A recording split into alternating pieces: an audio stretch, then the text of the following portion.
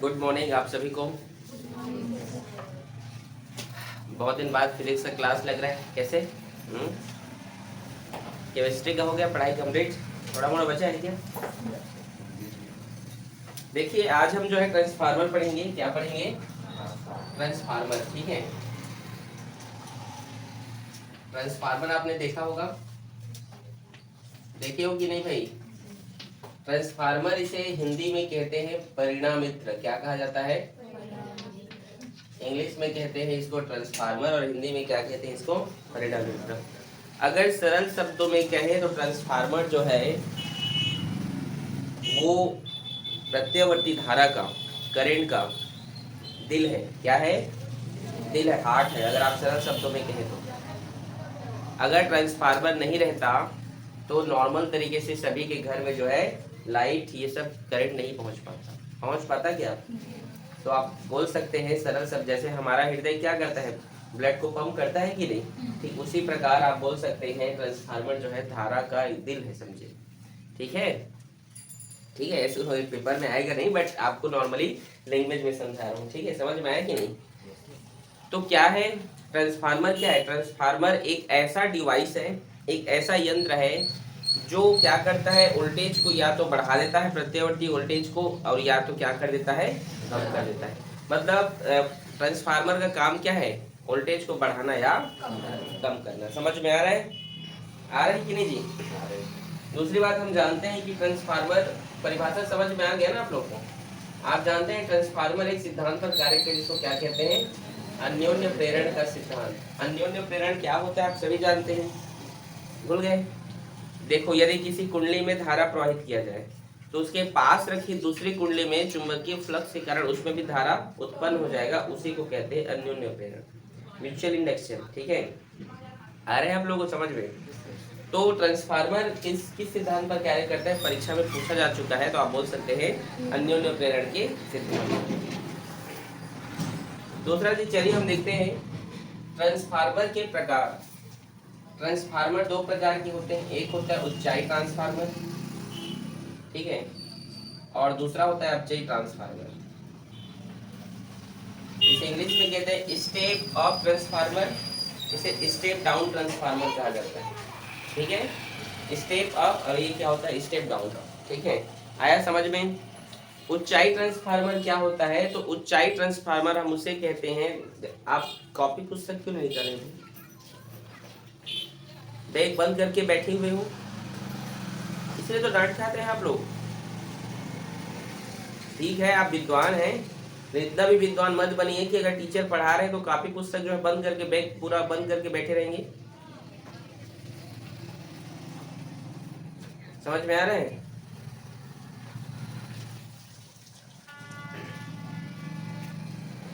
चलिए, क्या बोल रहा था? ऊंचाई ट्रांसफार्मर क्या होता है? यह निम्न विभव को, किसको भाई? यह निम्न विभव को उच्च विभव में बदलता है। किसमें बदलता है? उच्च विभव में परिवर्तित करता है। यह निम्न विभव को उच्च विभव में, मतलब लो वोल्टेज को हाई वोल्टेज में चेंज करता है, और यह क्या करता है, यह उच्च विभव को, किसको भाई? उच्च विभव को निम्न विभव में बदलता है। समझ में आया कि नहीं? आ गया? दूसरी बात यहाँ पर यह है कि ये निम्न विभव को उच्च विभव में बदलता है, लेकिन धारा के मान को, किसको? कम कर देता है। क्या कर देता है? कम कर देता है। समझे कि नहीं? देखो, तो जो ऊंचाई ट्रांसफार्मर होते हैं यह निम्न विभव को क्या करता है, उच्च विभव में बदलता है, लेकिन धारा के मान को क्या करता है, यहाँ घटा देता है, कम कर देता है। धारा के जो वैल्यू होगा उसको क्या करता है, उसको कम कर देता है। ठीक है, दूसरी बात ये क्या होता है, ये धारा के मान को बढ़ा देता है। समझ गए? ये उच्च विभव को निम्न विभव में बदलेगा और धारा के मान को भी क्या करेगा, बढ़ाएगा। समझे कि नहीं? ये विभव को कम करेगा, ये विभव को बढ़ाएगा, ये धारा को कम करेगा, ये धारा को बढ़ाएगा। समझ में आया? और इसको हम मैथमेटिकल टर्म से भी जो है, डेरिवेशन से भी इसको सिद्ध करेंगे। ठीक है, आ रहे निक्की समझ में? अगर मैं ऊंचाई ट्रांसफार्मर बनाऊं तो कुछ इस प्रकार से मैं यहाँ पे बना सकता हूँ। देखिए,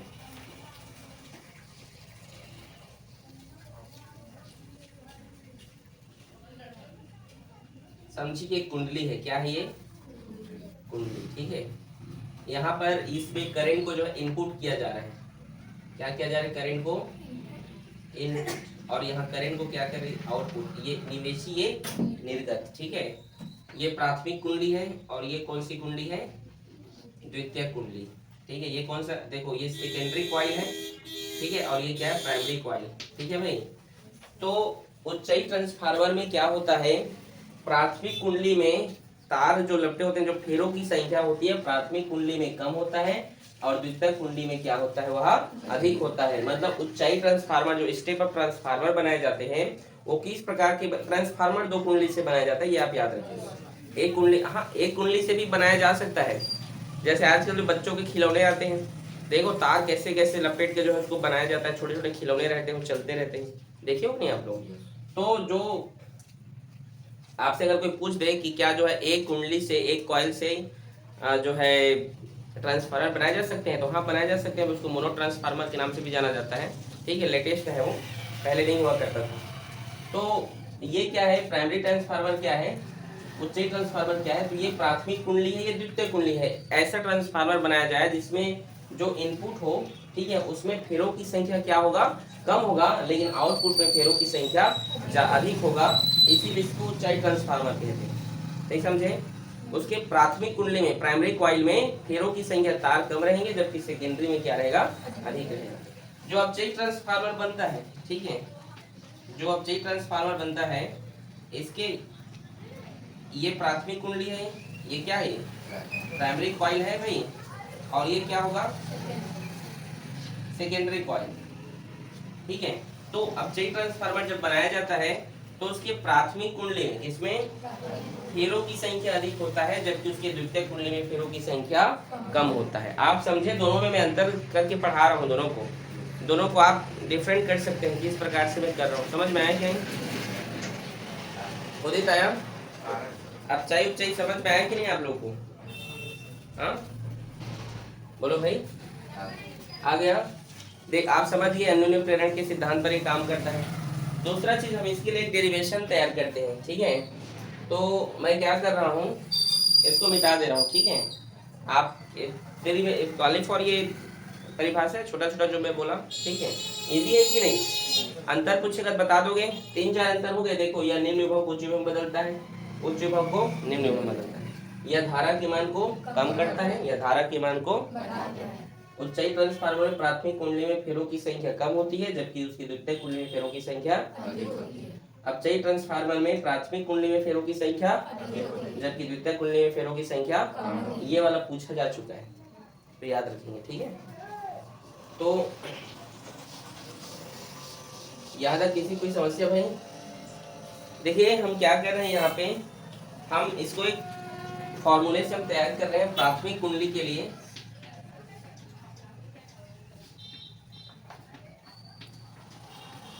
आप जानते हैं प्राइमरी कॉइल के लिए विद्युत वाहक बल हम यहाँ पे लिख रहे हैं फैराडे के नियम से, डी फाई बाई क्या होता है, minus d phi by d t होता है भाई। इसमें ये एक तार के लिए, कितने तार के लिए है, इसमें एन फेरे लपेटे गए हैं, कितने फेरे लपेटे गए हैं, एन फेरे। तो इसको मैं क्या लिख सकता हूँ, ये फैराडे के नियम से आप पढ़े हो ना, एन माइनस एन पी। आप देखो एन फेरों के लिए यहाँ पे लिख सकते हो, एन फेरों के लिए, ठीक है, d phi by d t, equation number first. इसी प्रकार द्वितीय कुंडली के लिए, समझ आ रहा है पढ़ा रहा हूँ, द्वितीय कुंडली जो अभी मैंने आपको पढ़ा रहा था ना, दोनों का अपचयी और उपचयी ट्रांसफार्मर, उसके लिए इसको बना रहा हूँ, ठीक है। समझे कि नहीं यहाँ तक आप लोग, किसी कोई दिक्कत है, नहीं ना। द्वितीय कुंडली के लिए ये पी मतलब प्राइमरी, ठीक है, द्वितीय कुंडली के विद्युत वाहक ई एस, एस मतलब सेकेंडरी, ठीक है। तो सेम वैसे हो जाएगा फैराडे के नियम से, एन फेरो के लिए, जैसे एन फेरो के लिए था, तो N S d phi by, equation number, समीकरण 1 और 2 का भाग करने पर, तो भाग करेंगे तो d phi by d t, d phi by d t, ये दोनों कैंसिल हो जाएगा, माइनस माइनस प्लस हो जाएगा, तो क्या बचेगा यहाँ पे, ई पी ई एस बराबर एन पी एन एस। ये हमारे पास एक बहुत अच्छा फॉर्मूला यहाँ पे निकल कर आया है, ठीक है।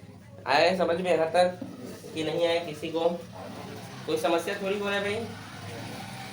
आगे देखिए, यदि ये सर्किट क्या हो, खुला हुआ हो, मान लो यदि सर्किट क्या हुआ हो, खुला हुआ, तो उसका विद्युत वाहक बल उसके विभवांतर के बराबर होता है। आप पढ़ लिए हैं, पढ़े हो कि नहीं? यदि सर्किट ओपन हो तो इसका जो विद्युत वाहक बल है उसके क्या होता है, ठीक है। तो यहाँ पे आइए हम देखते हैं, तब क्या हो जाएगा, ये जो इसको हम क्या लिख सकते हैं, Vp और इसे Vs बराबर Np बराबर Ns। समझे कि नहीं? अगर परिपथ क्या हो, खुला हो, तो वहां उसके विभवांतर के पोटेंशियल डिफरेंस के बराबर होता है, ठीक है। कोई दिक्कत यहाँ तक? मान लो अभी जो है कोई ऊर्जा हानि नहीं हो रहा है। क्या नहीं हो रहा है? एनर्जी लॉस नहीं हो रहा है। देखो ऐसा नहीं होता है ना, लेकिन ऐसा पॉसिबल ही नहीं है कि एनर्जी लॉस नहीं होगा। लेकिन मान लिया जाता है कि एनर्जी लॉस नहीं हो रहा है। देखो ट्रांसफार्मर में तो एनर्जी लॉस होता है, आप सभी जानते हैं, लेकिन मान लीजिए कि अभी एनर्जी लॉस नहीं हो रहा है, तब इसकी जो हम शक्ति निकालेंगे, प्राथमिक कुंडली का जो शक्ति होगा, प्राथमिक कुंडली की जो शक्ति होगी वो बराबर होगा द्वितीयक कुंडली की शक्ति का, ठीक है। समझे कि नहीं मैंने क्या कहा? बाहर जो बेच है, ठीक है, क्लास 10 का है ना, उनको बोलिए थोड़ा शांत रहने के लिए। जाइए, तो चंद्र सर बोल रहे हैं शांत रहने के लिए, बोलो, ठीक है, यहीं पे हल्ला कर रहे हैं।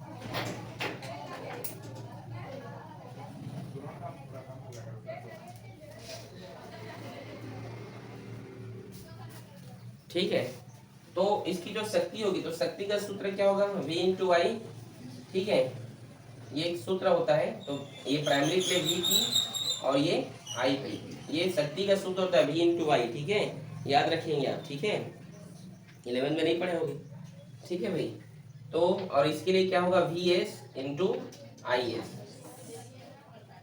अब यहाँ पर VB को एक साथ कर दीजिए, VP और ये VS बराबर IS बाई IP। समझ गया यहाँ तक? ये एक इम्पोर्टेंट फॉर्मूला है भाई, 1 2, अच्छा ये तीसरा फॉर्मूला है, इक्वेशन ये चौथा, ठीक है। समझे कि नहीं? यहाँ पर अब आप देखिए समीकरण 3 और 4 को देखिए, बराबर है कि नहीं?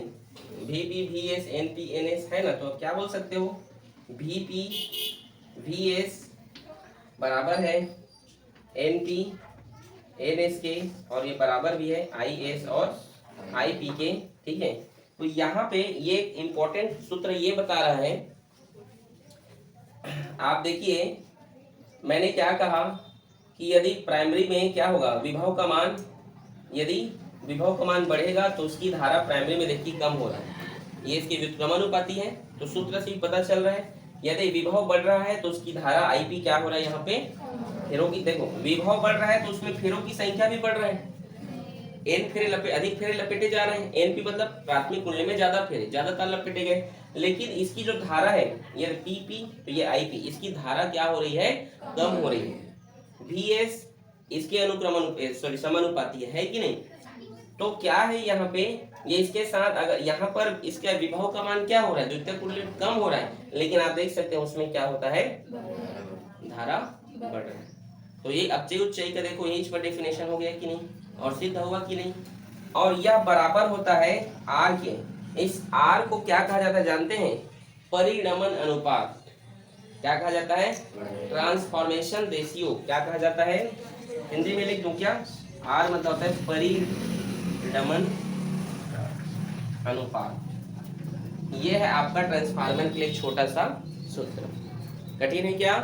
नहीं, ठीक है। देखिए यहाँ पर अपचयी और उच्चयी ट्रांसफार्मर का भी डेफिनेशन हो गया कि नहीं? यहाँ पे देखो आप जानते हैं उच्चयी ट्रांसफार्मर में क्या होता है, विभव का मान बताइए बढ़ता है, लेकिन धारा का मान क्या होता है, उच्चयी ट्रांसफार्मर विभव का मान बढ़ता है ना, और इसका मान, और अपचयी में क्या होता है, इसका मान, विभव का मान घटता है लेकिन धारा का मान बढ़ता है। समझ गए?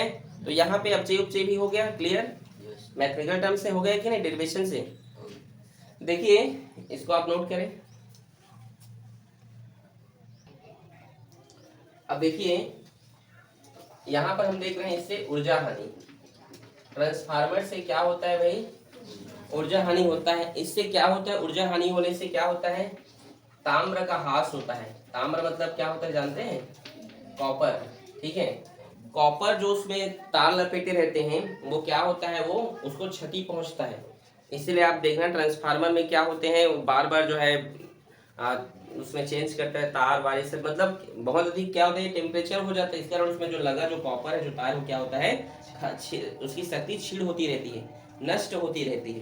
तो ट्रांसफार्मर में क्या बोल सकते हैं, ऊर्जा हानि में ताम्र का ह्रास होता है भाई, ठीक है। दूसरा चीज इसमें भंवर धारा उत्पन्न हुआ रहता है, ठीक है, और भंवर धारा के कारण ही तो इस ताम्र का ह्रास होता है।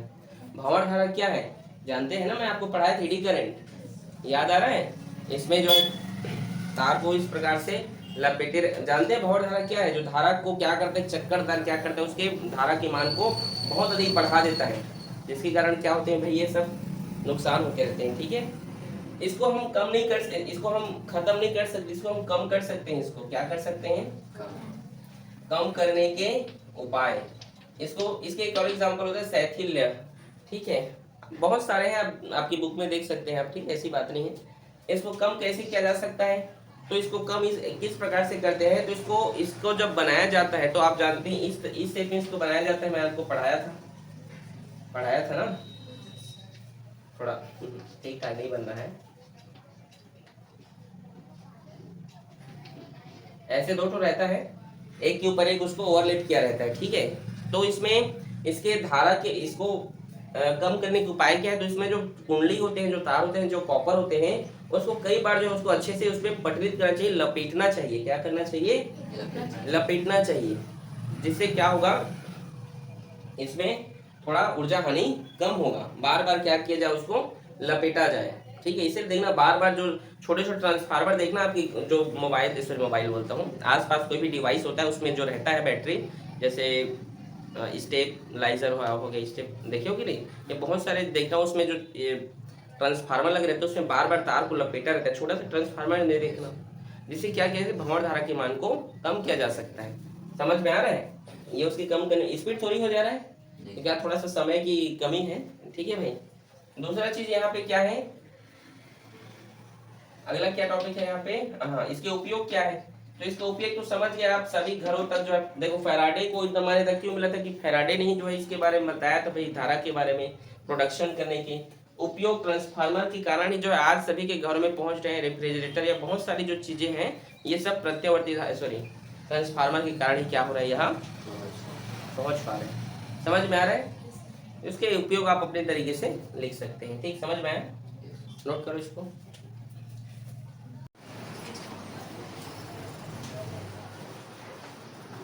अगला टॉपिक है बेटा जनित्र, क्या है, जिसे इंग्लिश में डायनेमो भी कहते हैं। क्या कहते हैं भाई,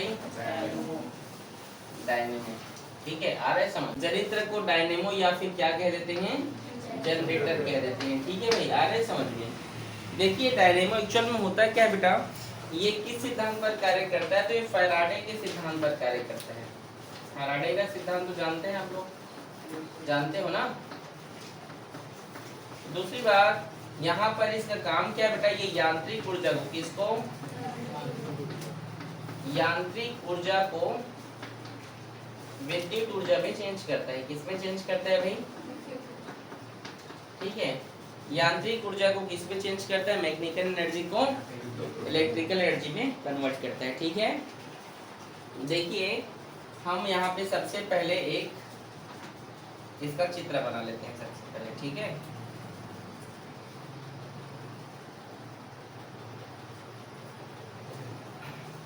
ये बीच में रखा हुआ है, ये आर्मेचर है, क्या है ये,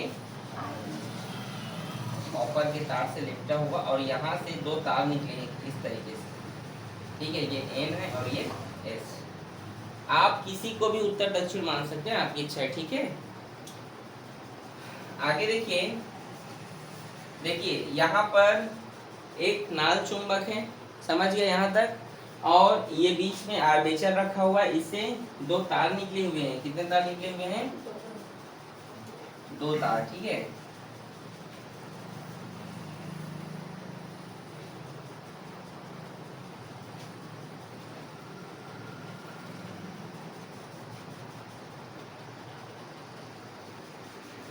पहले मैं चित्र को बना,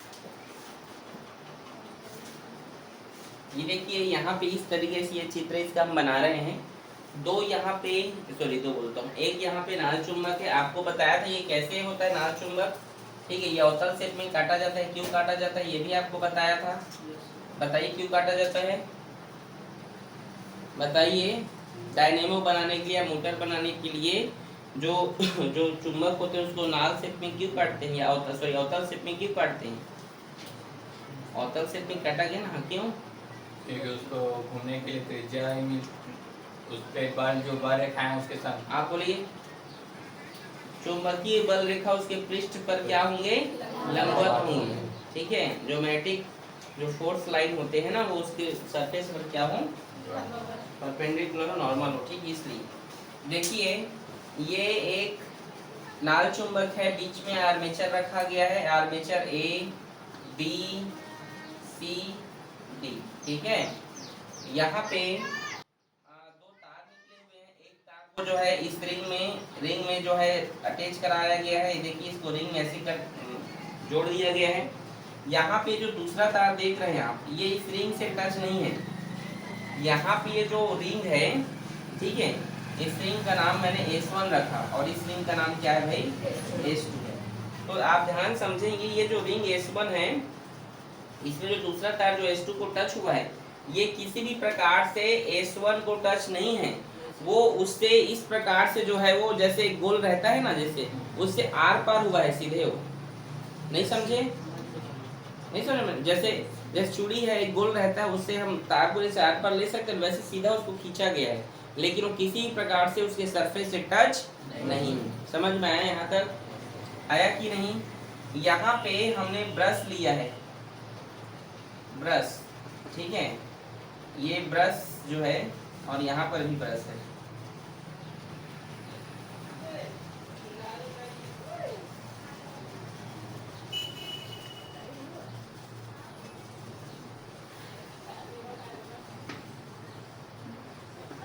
ये ब्रश है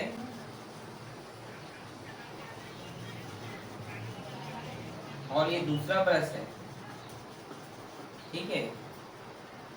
ये ब्रश B1 है और ये ब्रश क्या है, B2 है, कार्बन का बना हुआ है। और यहाँ पे जो है रेजिस्टेंस रखा गया है, क्या है ये, प्रतिरोध है, क्या है ये, और यहाँ पर ये इसका आउटपुट है, क्या है ये, आउटपुट। बोलो समझ में आया यहाँ तक। ये इसका फिगर है।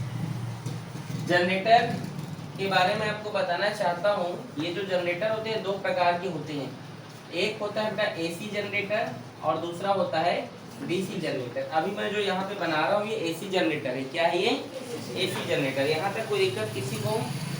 और यहाँ पर इसको जो है प्रोडक्शन के लिए जो है इलेक्ट्रिसिटी हमें, देखिए यहाँ पे जो लगा है इसको टरबाइन कहते हैं, क्या कहते हैं, टरबाइन, ठीक है। मतलब इलेक्ट्रिसिटी जनरेट करने के लिए किसी मैकेनिकल एनर्जी की जरूरत तो पड़ेगा ना हमें, तो कोई तो स्रोत चाहिए बेटा, ठीक है।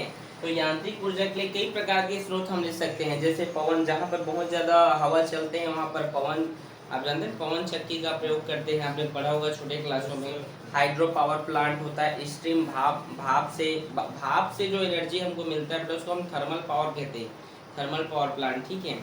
जिसको हम स्टीम पावर प्लांट भी कहते हैं, ठीक है। जिससे स्टीम मतलब भाप से जो एनर्जी प्राप्त की जा सके, ठीक, इलेक्ट्रिसिटी जनरेट किया जा सके भाप से। और दूसरा हाइड्रो पावर प्लांट जो जल से, जैसे बड़े बड़े बांध बना के पानी को गिराया जाता है, जिससे इलेक्ट्रिसिटी पैदा किया जाता है। आप लोगों ने अपने अपने स्कूल में जो है इसको किया होगा, किया है कि नहीं। इस प्रकार के कुछ ना कुछ आप प्रैक्टिकल स्कूल में टीचर्स करवाते रहते हैं, ठीक है भाई। तो ये काम कैसे करता है, देखिए ये किसी भी यांत्रिक ऊर्जा आप कोई भी ले सकते हैं, जैसे मैंने कहा, ठीक है, पवन चक्की का मैंने उदाहरण दिया आपको, ठीक है। आपको भाप का मैंने बताया, या आपको पानी के द्वारा। आप किसी भी स्रोत से जो है एनर्जी प्राप्त करके क्या करेंगे, यहाँ पर क्या होगा, जैसे ये टरबाइन घूमेगा तो यहाँ पे इसके चुंबकीय फ्लक्स में परिवर्तन होने लगेगा, क्या होने लगेगा, और चुंबकीय फ्लक्स में परिवर्तन होगा तो यहाँ पर प्रेरित विद्युत वाहक बल उत्पन्न होगा। और प्रेरित विद्युत वाहक बल जैसे उत्पन्न होगा, ठीक है, तो यहाँ पे क्या होगा, धारा उत्पन्न हो जाएगा। और धारा उत्पन्न होगा तो आप देख रहे हैं, देखिए ये तार सीधे इसे टच है, अच्छा यहाँ पे जो ये क्या है, रिंग है ना, ये रिंग S1 ये S2, और ये जो ब्रश आपको दिखाई दे रहा है ये रिंग घूमता रहता है ना, ये रिंग क्या करेगा, घूमेगा, लेकिन ब्रश नहीं घूमता है। ब्रश वहां पर ऐसे चिपका हुआ रहता है। ब्रश जैसे जैसे रिंग घूमेगा तो उस ब्रश से टच होते होके वो जाएगा। समझ लो मैं क्या कहना चाहता हूँ, ब्रश नहीं घूमेगा, घूमेगा कौन, रिंग, ये ब्रश यहीं पर रहेगा। समझ में आ रहा है आप लोग को, ये ब्रश यहीं पर रहेगा, ये रिंग क्या करेगा, घूमते रहेगा। बस रिंग क्या करेगा, उसको टच करते रहेगा, क्या करते रहेगा, और ब्रश कार्बन से जो बने होते हैं उसके, तो यहाँ पे जैसे ही इसको टच करेगा तो इलेक्ट्रिसिटी क्या होगा, यहाँ पर इलेक्ट्रिसिटी देखो एक्चुअल में जो कार्बन, जो यहाँ पे जो कार्बन ब्रश होते हैं एक्चुअल में रिसीवर होता है। क्या होता है, ये करंट को रिसीव कर लेता है, करंट को क्या करेगा, रिसीव करता है, और जैसे यहाँ पर कुछ भी जैसे बल्ब हो या कोई भी चीज जिसे आप रखे हैं वो क्या होगा, जलने लगेगा। समझ में आया यहाँ तक। तो यहाँ पे अगर हम इसका ग्राफ देखें तो कुछ इस प्रकार से ये ग्राफ बनेगा, ठीक है। अब इसके बाद ये घुमा, तो ये हाफ चक्र घुमा है अभी, ठीक है, मतलब इसका जो ये घुमा है तो अभी रोटेट जो हुआ है, हाफ रोटेट हुआ है, हाफ रोटेट समझ रहे हैं, हाँ बोलो, बोलिए ना, पूर्ण चक्र नहीं घुमा है, समझ रहे हो, आधा घुमा है, ठीक है। तो क्या होगा, ये B इधर आ जाएगा और ये A इधर आ जाएगा इस साइड, यहाँ पे C और यहाँ पे क्या D। तो यहाँ पर जो फिगर है ये भी चेंज हो जाएगा। ये कैसे चेंज होगा, यही चीज को चेंज करके बता रहा हूँ। ये S1 इधर हो जाएगा और ये तार जो है इससे होते हुए इस साइड आ जाएगा। समझ रहे हो, समझे कि नहीं, बाकी सब जैसे है वैसा रहेगा। नहीं समझे आपने, नहीं समझे, देखो जैसे ही ये हाफ रोटेट हुआ, ये क्या, अब यहाँ पर तो ये घूम रहे हैं, जैसे ये हाफ रोटेट हो गया, क्या हो गया अभी, हाफ रोटेट हुआ बेटा, तो ये जो था ये तार इससे जुड़ गया और ये जो तार था ये इससे जुड़ गया। समझ में आ रहा है आपको, हाफ रोटेट होने पर, समझे। अब जैसे ही फिर से यहाँ टरबाइन घूमेगा, करंट आएगा, तो करंट आ गया ये, तो यहाँ पे देखिए ये अब यहाँ पे धारा उत्पन्न हो गया, तो ये जो सीधे जाके ये अटैच करेगा, ये कार्बन जो है B2 इसको रिसीव करेगा और यहाँ पर कुछ इस प्रकार से फिर आपको दूसरा जो है मिलेगा, ठीक है। इसीलिए इसको AC कहते हैं, एक बार प्लस और एक बार माइनस। समझे कि नहीं आप लोगों ने, कुछ है क्या ये है जनरेटर, इस प्रकार से काम करता है, फैराडे के सिद्धांत पर कार्य करता है, मैकेनिकल एनर्जी को इलेक्ट्रिक एनर्जी में चेंज करता है। बोलो समझे कि नहीं, थोड़ा मोड़ा समझ में आया, कहीं पर कुछ पूछना है पूछे इसमें। हाँ, जो आर्मेचर जो किसका बना होता है, ये कॉइल के बने होते हैं, कॉपर के बने होते हैं, coils। कॉपर कॉइल्स के बने होते हैं, ठीक है। और पूछिए, एक बार और समझाऊं क्या।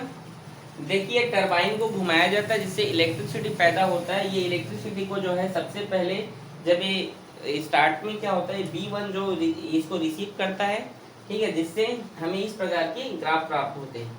दूसरा चीज ये क्या होता है, जब हाफ रोटेट हो जाता है तो ये तार अब इसको टच करेगा और ये वाला ये देखिए जुड़ गया है भले ही, लेकिन चौक से मैं जोड़ डाला हूँ, लेकिन एक्चुअल में जुड़ा हुआ नहीं है, ठीक है बेटा। समझ आया यहाँ तक आप लोग को, ये है आपका जनरेटर, ठीक है, नोट करें इसको। अगला है DC, तो यहीं पे एक छोटा सा उसके लिए डायग्राम बना दे रहा हूँ, ठीक है, कंपेयर करके पढ़ेंगे दोनों को, ठीक है। इसका सिग्नल यहाँ पे दे दे रहा हूँ, जो ऐसे जो ग्राफिकल इसका जो सिंबल है वो, ठीक है भाई। अगला है DC। किरण समझ में आ रहा है बेटा,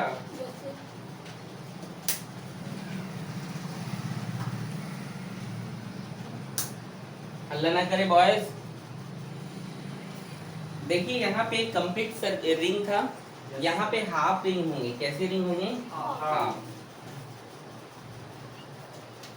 S1 S2, यहाँ पर ब्रश भी होगा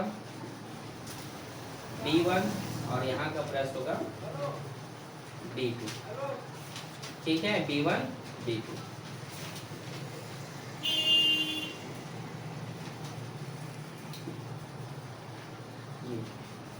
ठीक है, ये आउटपुट, ठीक है।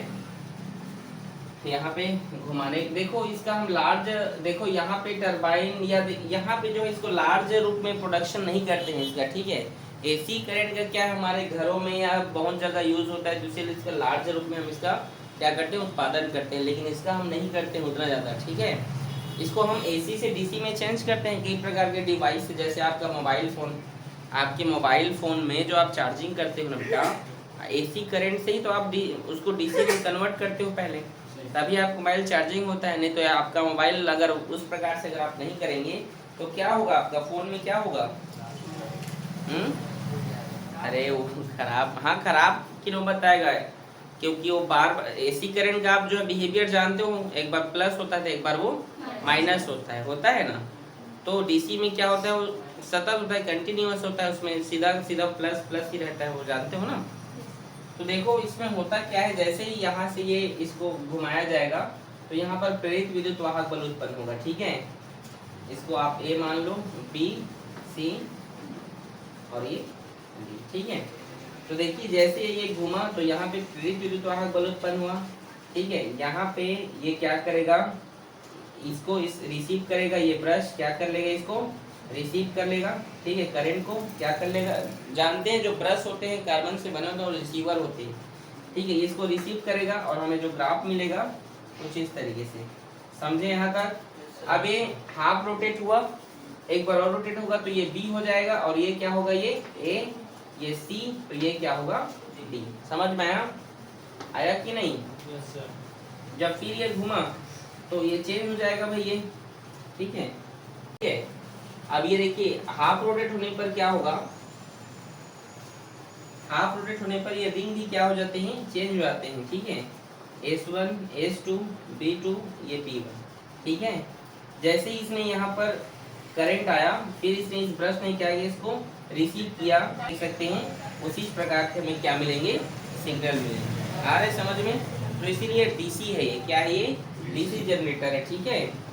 आ रहे समझ में। अगला हम देखेंगे मोटर, क्या देखेंगे, मोटर। मोटर आप समझिए एक प्रकार का जनरेटर का डीसी ही है वो, ठीक है। देखो जो मोटर होता है ये क्या करता है, डीसी करंट को, किसको भाई, सॉरी ये विद्युत ऊर्जा को इसमें बदलता है, यांत्रिक ऊर्जा में बदलता है, ठीक है। विद्युत ऊर्जा को किस में बदलता है, यहाँ यांत्रिक ऊर्जा में चेंज करता है। आ रहे हैं जी समझ में। विद्युत ऊर्जा को किस में बदलता है, यहाँ यांत्रिक ऊर्जा में बदलता है। यह किस सिद्धांत पर कार्य करता है, तो यह बल आघूर्ण के सिद्धांत पर कार्य करता है, टार्क, ठीक है।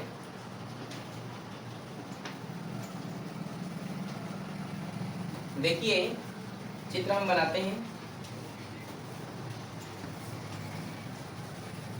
यहाँ पे इस तरीके से,